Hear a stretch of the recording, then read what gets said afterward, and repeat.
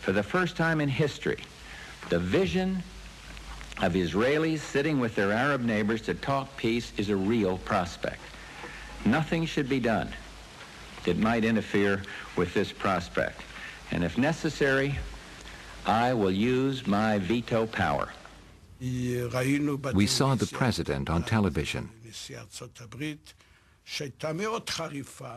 He took a stand against the American Jews. I got really angry. This hurt me, just as it hurt many others.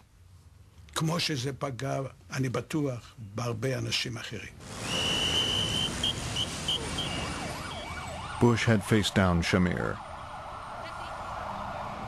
A few weeks later, Israelis, Arabs, Americans, and Russians assembled in Madrid. For the first time, Palestinians were invited to participate.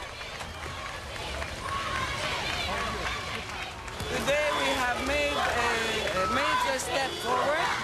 There is a recognition of the Palestinian national identity. The Palestinians are speaking out for themselves for the first time in history. The delegates gathered at the Royal Palace.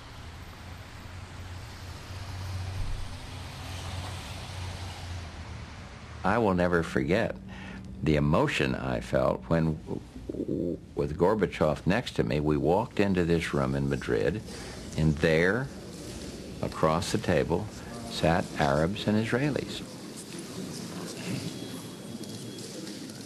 We come to Madrid on a mission of hope. Everyone expected each Middle East delegation to be led by its foreign minister. But Shamir had a better idea. I thought, maybe I should go to Madrid myself. Shamir had devoted his life to fighting for Israel, doing whatever he thought necessary to establish, maintain, and defend the state.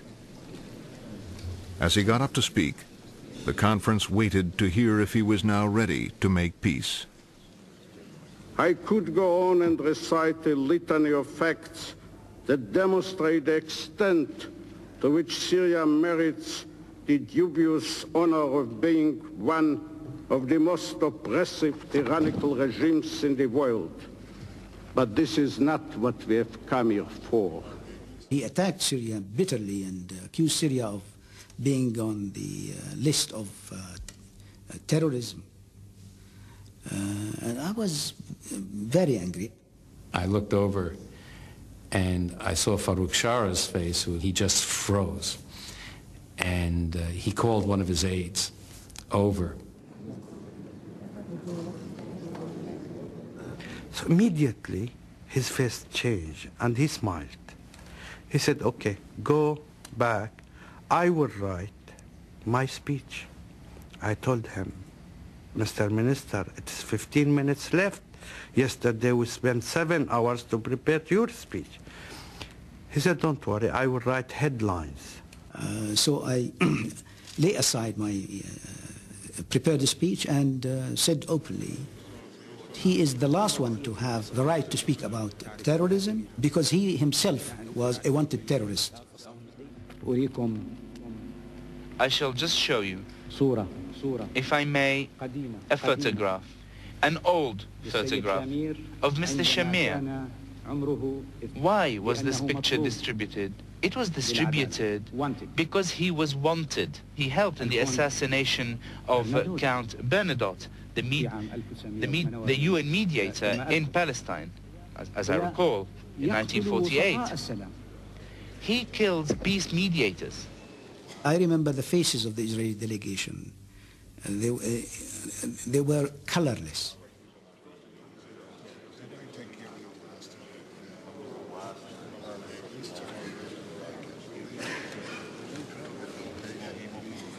One Palestinian delegate then tried to demonstrate that no matter what Shamir thought, he was really negotiating with the PLO.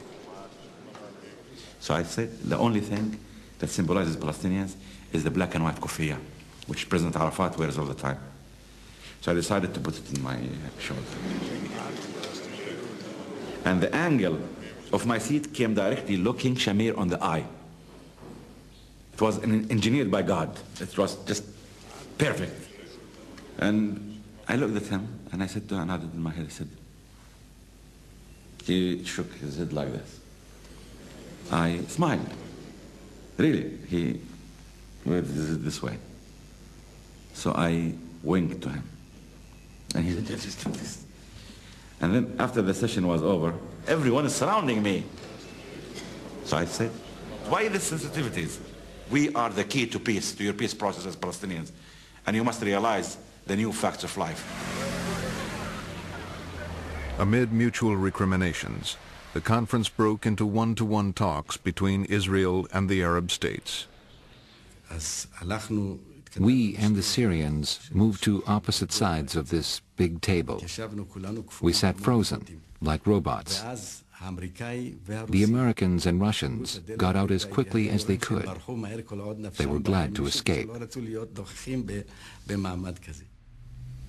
was difficult, half an hour. For me, for example, this will be the first time I sit face to face with the Israelis. The Syrians wanted us to commit to a withdrawal from the Golan Heights. We didn't want to get into all that.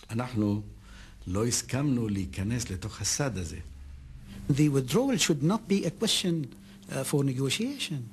The withdrawal is either there would be a withdrawal, full withdrawal, or there would be no peace.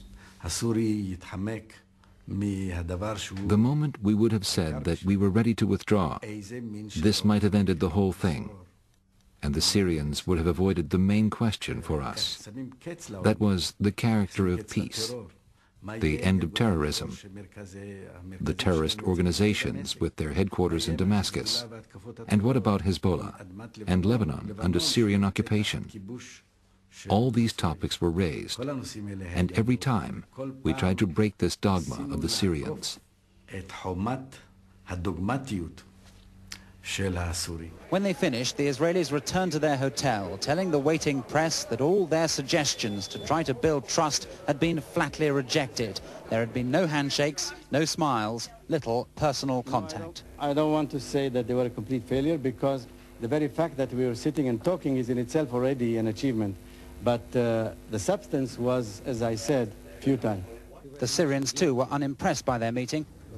I would like to express our regret for leaving this city, Madrid, without having tangible results from the bilateral talks that our delegation held yesterday with the Israeli delegation. Israeli talks with the Palestinian and Jordanian delegation were so positive that they could be crowned with public handshakes afterwards. Both sides here, at least, confident of meeting again soon. America had finally brought the warring parties to the conference table. But it would take another breakthrough to convert fighters into peacemakers.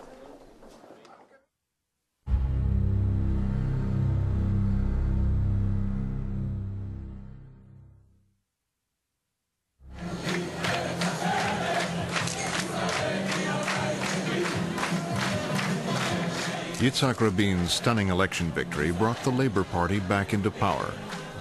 Rabin had promised to accelerate peace talks with the Arabs.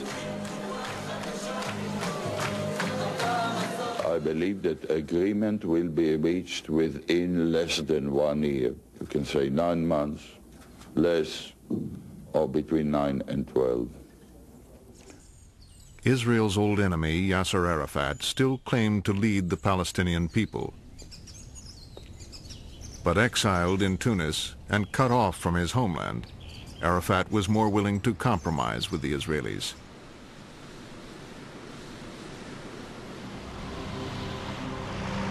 In London in December 1992, a PLO representative from Tunis was on assignment.